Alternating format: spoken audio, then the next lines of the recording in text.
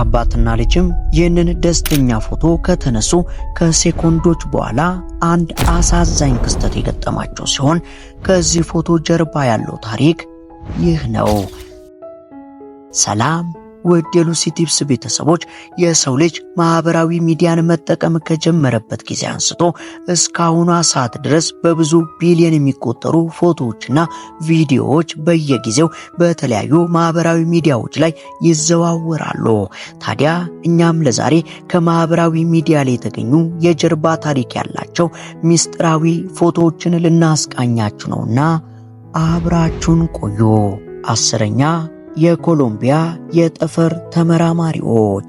ምናልባት ለመጀመሪያ ጊዜ ይህንን ፎቶ ላስተዋለ ሰው የእነዚህ ጠፈርተኞች ፊት ላይ የሚታየው የደስታና የፈገግታ ስሜት አለመረዳት ከባድ ሲሆን፣ ነገር ግን ነገሩ እንደዛ ሳይሆን እነዚህ ጠፈርተኞች በሰዓቱ ይህንን ፎቶ ሲነሱ የነበሩበት መንኮራኩር ብልሽት አጋጥሞትና መጠገን በማይችል ሁኔታ ውስጥ ገብቶ በሞትና በሕይወት መካከል ሆነው የተነሱት ፎቶ ሲሆን ነገሩ እንዲህ ነው። እንደ አውሮፓውያን አቆጣጠር በ2000 ዓመተ ምህረት በዓለም አቀፍ የጠፈር ምርምር ጣቢያ የሚሰሩት የኮሎምቢያ የጠፈር መንኮራኩር ተመራማሪዎች በጠፈር ላይ የ16 ቀን ቆይታ ለማድረግ ከምድር ይመጥቃሉ። ታዲያ በሰዓቱ መንኮራኩሩ ሲነሳ ምንም አይነት ችግር ያልነበረበት ቢሆንም በመነሻው አካባቢ ግን ትንሽ በክንፉ አካባቢ እክል እንዳጋጠሙና ወደ ጠፈር ከደረሱ በኋላ ወደ መሬት መመለስ እንዳይችሉ ሊያደርጋቸው እንደሚችል ይደርሱበታል። ታዲያ እነዚህንም ፎቶዎች የተነሷቸው በጠፈር ላይ በነበራቸው የ16 ቀን ቆይታ ሲሆን ይህን ሁሉ ፈገግታ የተሞላበት ፎቶ በሞትና በሕይወት መካከል ባሉበት ሁኔታ ውስጥ ነበር የተነሱት። ታዲያ በመጨረሻም ጠፈርተኞቹ ምርምራቸውን ጨርሰው ወደ ምድር ሲመለሱ መንኮራኩሩ ተበታትኖ በሰሜን ቴክሳስ ምድር ላይ የወደቀ ሲሆን ከወደቀ በኋላም በተደረገ ምርመራ የተበላሸው የመንኮራኩሩ የክንፍ ክፍል ተገኝቷል። ከዚህ በተጨማሪ ይህ አሁን ያያችሁት ምስል በካሜራ ፊልም ውስጥ የተገኘ ሲሆን በሚያሳዝን ሁኔታም በመንኮራኩሩ ላይ የነበሩት 7ቱም ተመራማሪዎች ሕይወታቸው ሊያልፍ ችሏል።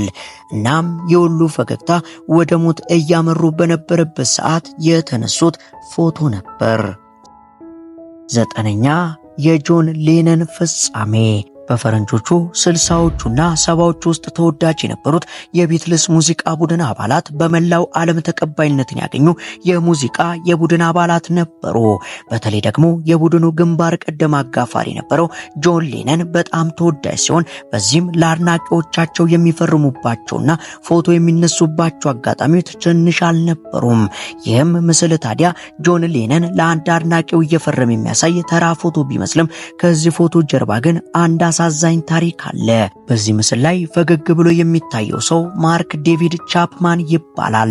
ይህም ፎቶ ከተነሱ ከሰዓታት በኋላ ከአጠገቡ የነበረውን ታዋቂውን ጆን ሌነንን በጥይት ብሎ የገደለው ሲሆን ነገሩ እንዲህ ነው። ይህ ሰው መጀመሪያዎቹ አካባቢ ላይ የጆን ሌነን የልብ አድናቂ ነበረ ቢሆንም አንዲት ቀን ላይ ግን ሌነን በአንድ የቴሌቪዥን መስኮት ላይ የሰጠው አንድ ንግግር አስቆጥቶት ነበርና ቀን ጠብቆ ይህን ሰው አጥቅቶታል። ሌነን በአንድ የቴሌቪዥን መስኮት ላይ ንግግር እያደረገ ባለበት ሰዓት የሙዚቃ ባንዳቸው ምን ያህል ዓለም ላይ ተወዳጅ እንደሆነ ለመግለጽ ሲል ይህንን ይናገራል። የቢትልስ ሙዚቃ ቡድን ከኢየሱስ ክርስቶስ በላይ ታዋቂነት አለው ሲል ይደመጣል። ይህን ጊዜ ታዲያ የንግግሩ ብዙ አድናቂዎችን ያስቆጣ ንግግር ሲሆን ከነዚህም ውስጥ ማርክ ዴቪድ አንዱ ነበርና ለረጅም ጊዜ ሌነንን ተኩሶ ለመግደል ያቀደ የነበረ ሲሆን በአንድ ምሽት ላይ ግን ሌነንን መኖሪያ አካባቢው ላይ በመጠበቅ ወደ ቤቱ ሲመጣ የአዲሱን አልበም ሽፋን እንዲፈርምለትና ፎቶ እንዲነሱ ከጠየቀው ከሰዓታት በኋላ በሽጉጥ ተኩሶ ሕይወቱን ቀጥፎታል። 8ኛ ዴቪድ ጆንስተንና አሳዛኝ መጨረሻው። በሜይ 17 1980 ዓ.ም የእሳተ ገሞራ ተመራማሪው ዴቪድ ጆንስተን ወንበሩ ላይ ተቀምጦ ፈገግ ብሎ ይህንን ፎቶ የተነሳ ሲሆን ፎቶንም ያነሳው ባልደረባው ሄሪ ግሊከን ነበር። ሄሪ በሴንት ሄለን ተራራ አጠገብ የሚገኘው የርዕደ መሬት ጣቢያ ላይ ቀኑን ሙሉ ሲሰራ ቆይቶ ሺፍቱን ሲጨርስ ነበር ዴቪድን እንዲህ ቁጭ ብሎ አግኝቶት ይህንን ፎቶ ያነሳው።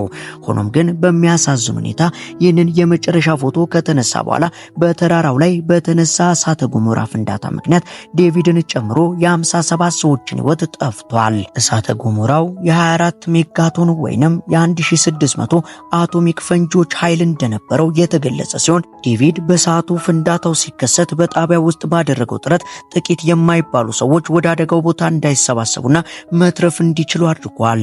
ከመሞቱ ከሴኮንዶች በፊትም አብቅቷል የሚል ታዋቂ አጭር መልእክቱን በራዲዮ መልእክቱ ሲያስተላልፍ ተደምጧል። አስክሬኑም ያልተገኘ ሲሆን ዛሬ ላይም ቦታው በእርሱ ስም ይጠራል። ሰባተኛ የቤተሰብ ፎቶ። ይህ የምትመለከቱት ቤተሰብ ፎቶ በ1980ዎች ውስጥ የተነሳው ፎቶ ሲሆን ቢጫ ሸሚዝ አድርጎና ፈገግ ብሎ የምታዩት ሰው ጆን ኤድዋርድ ሮቢንሰን ይባላል። ከሰዓታት በፊት የያዛትን ሕፃን ልጅ እናት ሕይወቷን የቀጠፈው ሲሆን ነገሩ እንዲህ ነው። የጆን ወንድም ዶናልድ ሮቢንሰን ከባለቤቱ ጋር ለ5 ዓመታት በትዳር ቢቆዩም ልጅ መውለድ አልተሳካላቸውም ነበርና ጆን ለወንድሙ የዚች ልጅ እናት እንደሞተች ነግሮት ልክ እንደ ልጁ እንዲያሳድጋት ይሰጠዋል። ዶናልድም ሕፃኗን ሄዘር ሮቢንሰንን ሲል ሰይሞ ያሳድጋታል። በሚያስገርም ሁኔታ ግን ከ15 ዓመታት በኋላ አንድ ሚስጥር የወጣ ሲሆን ጆን ሕፃኗን አምጥቶ የሰጠው የገዛ እናቷን ሕይወት ካጠፋ በኋላ ሲሆን በጊዜው አቃቤ ሕግ የነበሩት ፖል ሞሪሰን ሊዛ ጭንቅላቷ ተመቶ የተገደለችው ሕፃኗ የተሰረቀችበት ቀን መሆኑን ገልጸው ነበር። እርሱም የሕፃኗን እናት ሕይወት ካጠፋ በኋላ ሕፃኗን ወስዶ ለወንድሙ እንደሰጣትና ይህም ፎቶ ሕፃኗን አቅፎ የተነሳው የቤተሰብ ፎቶ እንደሆነ ተደርሶበታል። ስድስተኛ የምርቃት ፎቶ። ይህ በ1999 ዓ.ም የአንድ ትምህርት ቤት ተመራቂ ተማሪዎች የተነሱት ፎቶ ሲሆን ታዲያ ምን አዲስ ነገር አለው ትሉ ይሆናል። ነገሩ ግን እንደሱ ሳይሆን ይህ ፎቶ በአንድ አሳዛኝ ታሪክ የተሞላ ሲሆን በዚህ ፎቶ በግራ በኩል ላይ የተቀመጡት ሁለቱ ልጆች ኤሪክ ሃሪስ እና ዲላን ኮል ይባላሉ። በፎቶ ላይም ወደ ካሜራው የሚተኩሱ ሲያስመስሉ የሚታይ ሲሆን እነዚህ ሁለት ተማሪዎች ለ1 ዓመት ያህል ወደ ትምህርት ቤቱ መሳሪያዎችን ይዘው መጥተው ተማሪዎችን ለማጥቃት ሲያቅዱ የቆዩና ቀናቸውን ይጠባበቁ የነበረ ሲሆን ይህም ፎቶ ከተነሳው ከሳምንታት በኋላ ኤፕሪል 20 1999 ዓ.ም ላይ ወደ ትምህርት ቤት ቅጥር ግቢ በመግባት እቅዳቸውን ተግብረውታል። በዚህም 12 ተማሪዎችንና አንድ አስተማሪ ገድለውና 21 ተማሪዎች ላይ ጉዳት አድርሰው የራሳቸውን ሕይወት አጥፍተዋል። አምስተኛ የአሜሪካው ፊዚስት። በዚህ ፎቶ ላይ አሜሪካዊው ፊዚስት አርኖልድ አግነን የምሳ ዕቃውን ይዞ ወደሚወደው ስራው እየተጓዘ የሚያሳይ ምስል ቢመስልም ነገሩ ግን እንደዚህ ሳይሆን በእጁ ያዘው የምሳ መያዣ ዕቃ ሳይሆን በ1945 ዓ.ም በናጋሳኪ ላይ የተጣለው ቦምብ የተሰራበት ፕሉቶኒየም የሚባል ኬሚካል ነው። ቦምቡ በፍንዳታውና በጨረሩ የተነሳ ወደ 800 ሺህ የሚጠጉ ሰዎችን የገደለ ሲሆን አርኖልድ ቦምቡን ለመፍጠር ለ3 ዓመታት ሰርቷል። የአሜሪካ መንግስት በዚያን ጊዜ የኒውክሌር ጦርነትን ይደግፍ የነበረበት ወቅት ሲሆን ሁለተኛውን የዓለም ጦርነት ወቅትም የኒውክሌር መሳሪያዋን ተጠቅማለች። ነገር ግን የአሜሪካ ዜጎችና ወታደሮች ቦምቡ ያስከተላቸውን አሰቃቂ ሁኔታዎች ከተመለከቱ በኋላ አብዛኛዎቹ ስለ ኒውክሌር ጦርነት ያላቸውን ሐሳብ ቀይረዋል። አርኖልድ ግን በ2013 ዓ.ም እስኪሞት ድረስ ያደረገው ነገር እንደማይጸጽተው ተናግሯል። አራተኛ ታይለር ሃድሊ። በዚህ ፎቶ የሚታዩት ጓደኛ ማቾች አንድ የደበቁት ሚስጥር ያለ ሲሆን በምስሉ ላይ የሚታየው ረዘም ያለው የ17 ዓመት ታዳጊ ታይለር ሃድሊ ከሰዓታት በፊት የወላጆቹን ከቀጠፈ በኋላ በቤቱ ውስጥ ጓደኞቹን ጠርቶ ፓርቲ አዘጋጀ ሲሆን ከዚያም በፓርቲው ላይ ለጓደኛው ማይክል ማንዴል ያደረገውን ይነግረዋል።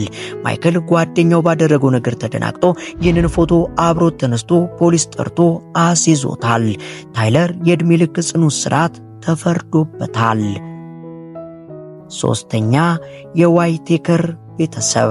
ይህ ፎቶ አንድ እናት ከሁለት ወንድ ልጆቿ ጋር የተነሳችው ፎቶ ሲሆን ነገር ግን በፎቶ ላይ ቡኒ ጃኬት ያደረገው ባርት ዋይቴከር ያደረገውን ነገር ብዙዎችን አሳዝኗል። ከዚህ ፎቶ ጀርባ ያለው ታሪክም ይህ ሲሆን በዚህ ሬስቶራንት ተቀምጠው የዋይቴከርን ምርቃትን በሚያከብሩበት ጊዜ ወደ ቤት ሲመለሱ ሁለት ቅጥር ነፍሰ ገዳዮችን ቤተሰቦቹን እንዲገድሏቸው አዘጋጅቶ ነበርና የቤተሰቦቹን ሕይወት አስቀጥፏል። የዚህ ምክንያቱ የቤተሰቦቹን የብዙ ሚሊዮን ዶላር የህይወት ኢንሹራንስ ለመውሰድ ሲሆን የ21 ዓመቱ ስቲቨን ሻምፔይ ከክሪስቶፈር ጋር በመሆን የባርትን እናትና ወንድም ገደሏቸው። በሰዓቱም ፎቶን ያነሳው የባርት አባት መትረፍ የቻለ ሲሆን ከሁሉም የሚያስገርመው ባርት ፎቶን በተነሳበት ቅጽበት በዚህ ደረጃ ምንም እንዳልተፈጠረ ማስመሰል መቻሉ ነበር። ሁለተኛ አባትና ልጅ። ይህ ፎቶ ደግሞ አንድ አባትና ልጅ በሽርሽር መሃል ደስተኛ ሆነው የተነሱት ቢሆንም ይህንን የደስ ያሉ ፎቶ ከተነሱ ከደቂቃዎች በኋላ ግን አንድ አሳዛኝ ክስተት ተፈጥሯል።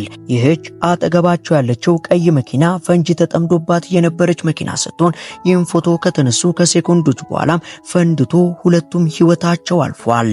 ይህ የኦማግ የ1998 ፍንዳታ የተፈጠረው በ1960ዎቹ የተጀመረው የሰሜን አየርላንድ ካቶሊክ ቡድን ለእኩልነት ለመታገል በጀመረው የሲቪል መብቶች እንቅስቃሴና ተቃውሞ ሲሆን ይህ እንቅስቃሴ ሲጀመር ሰላማዊ የነበረ ቢሆንም ቀስ በቀስ ግን ወደ ጸብና ብጥብጥ ተቀይሯል።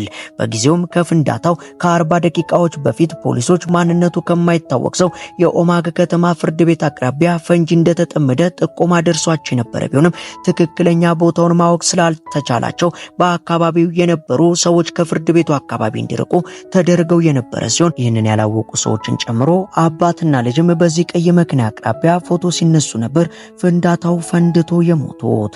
በዚህ ፍንዳታም ፎቶን ያነሳውን ሰው ጨምሮ 29 ሰዎች ህይወታቸውን አጥተዋል። አንደኛ የመጨረሻ ሰልፊ። ይህ የምትመለከቱት ፎቶ የነዚህ 3 ሴቶች የመጨረሻ የህይወት ሴኮንዶችን የሚያሳይ ነው። ከጀርባቸው የሚታየው የፀሐይ ብርሃን ቢመስልም ቀረብ ብሎ ሲያዩት ግን እየመጣ ያለ ባቡር መብራት ነው። በ2011 ዓ.ም የ15 ዓመቷ ኤሳ ሪከር ከጓደኛዋ ኬልሲ ዌብስተርና ከኬልሲ እህት ሳቫና ጋር አንድ ላይ በመሆን አንድ ባቡር በዩታ ስፓኒሽ ፎርት ሲያልፍ እየተመለከቱ ነበር።